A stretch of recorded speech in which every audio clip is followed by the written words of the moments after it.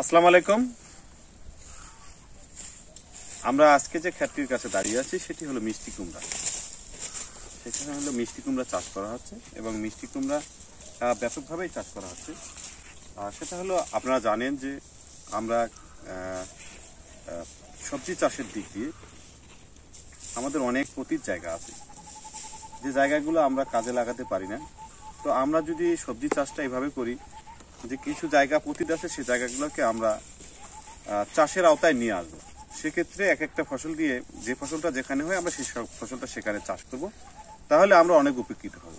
পাশাপাশি আপনারা জানেন যে আমরা লালমাটি কৃষি ইউটিউব চ্যানেল আপনাদের বিভিন্ন ফসলের পরামর্শ দিয়ে থাকি এবং যারা নতুন বাগান করতে চায়, কখন কি ফসল করতে চায়, আমরা তখন তাদেরকে দিক নির্দেশনা দিয়ে থাকি আপনারা কি ফসল করবেন, কেমনে করবেন।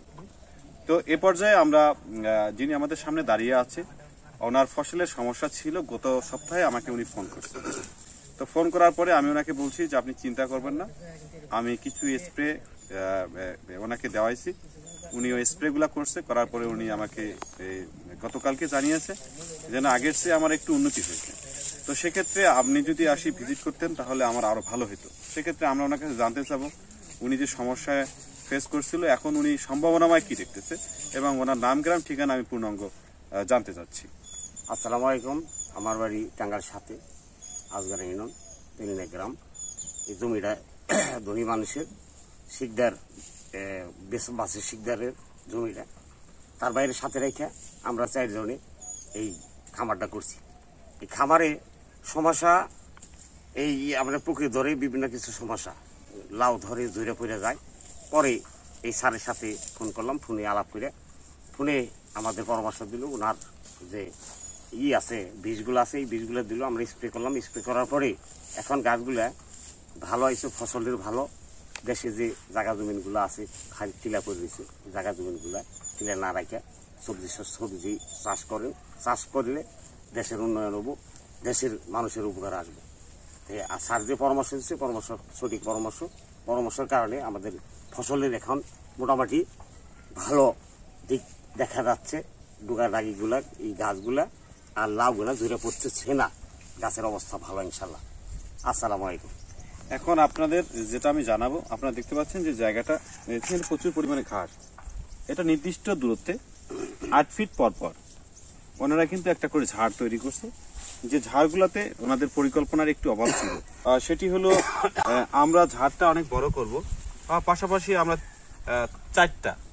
চারটা বীজ দেওয়ার চেষ্টা করব। এতে আমাদের বীজের জার্মিনেশন যে একটা কম হতে পারে।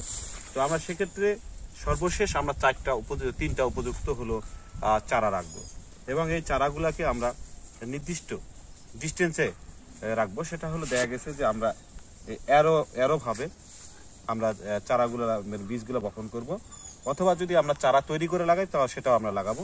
তখন উপযুক্ত 3টা চারা লাগালেই হবে। তবে আপনারা দেখতে পাচ্ছেন যে এই জমিটা কিন্তু পতিত জায়গা। শুধু যেটুকু জায়গায় হলো মিষ্টি কুমড়া লাগানো হবে, মানে চারা লাগানো হবে, শুধু ততটুকু জায়গায় কিন্তু আপনার পরিষ্কার পরিচ্ছন্ন করে হলো মানে চাষ উপযোগী করা হয়। তো আমাদের যেহেতু আপনাদের এটা পাহাড়ি এলাকা, তো এখানে আপনার রস ধারণ ক্ষমতা কম। তো সেক্ষেত্রে আপনাদেরকে যে আপনারা রাসায়নিক সার ব্যবহার করছেন, রাসায়নিক সারের পাশাপাশি আপনাদেরকে শুকনো গোবর, অর্থাৎ শুকনো গোবর যদি আপনারা দেন তাহলে কি হবে, এখানে রস ধারণ ক্ষমতাটা বৃদ্ধি পাবে। এতে কি হবে, আপনার যে মিষ্টি কুমড়াটা সেটা কিন্তু সমান হারে রস পাবে। অর্থাৎ 2-1 দিন আপনি গ্যাপ দিলেন, সকালে দিলেন, বিকালে দিলেন, এই রসটা কিন্তু তারা কভার করে ফেলবে। এতে কি হবে, আপনার একটা গাছ যখন সঠিকভাবে খাদ্যটা নেবে তখন কিন্তু আপনার ফল ধারণ ক্ষমতা অনেক বেড়ে যাবে। আপনাদের এলাকাটা যেহেতু পাহাড়ি এলাকা, এখানে মাকড় এবং সাদামাছির পরিমাণটা অনেক বেশি। তো সেক্ষেত্রে আপনারা প্রতি সপ্তাহে ইমিটা প্রতি লিটার পানিতে 1 ml, আর হলো আপনার মাকড়ের জন্য হলো সানমেক্টিন প্রতি লিটার পানিতে 1.5 ml। আর আপনারা মাঝে মাঝে যে ফলগুলো আসে পরাগায়নের কারণে ক্ষতিগ্রস্ত হতে পারে, সেক্ষেত্রে আপনার এটার জন্য কম্পিনিয়ন প্রতি লিটার পানিতে 3 গ্রাম। এটা যদি আপনারা মাঝে মাঝে স্প্রে করেন তাহলে আপনার এখানে মোজাইক ভাইরাস আক্রমণ করবে না, পাশাপাশি লাল মাকড়, সাদামাছি আক্রমণ করবে না। এতে কি হবে, আপনার ফসলটা অনেক ভালো থাকবে। এরপরে যদি আপনার নতুন করে ফসল চাষ করেন সেক্ষেত্রে আপনি আমার কাছে যোগাযোগ করবেন, আমি আপনাকে ফসল চাষের জন্য পরামর্শ দেব। তবে এই যে জায়গা, এই জায়গাটা কিন্তু পেঁপে চাষের জন্য খুব উত্তম। পেঁপে এবং আদা চাষের জন্য খুব উত্তম। এই জায়গাটা যদি পেঁপে এবং আদা চাষ করে তাহলে অনেক ভালো মানে আদা এবং পেঁপে মানে ফল হবে আর কি, ফলন হবে।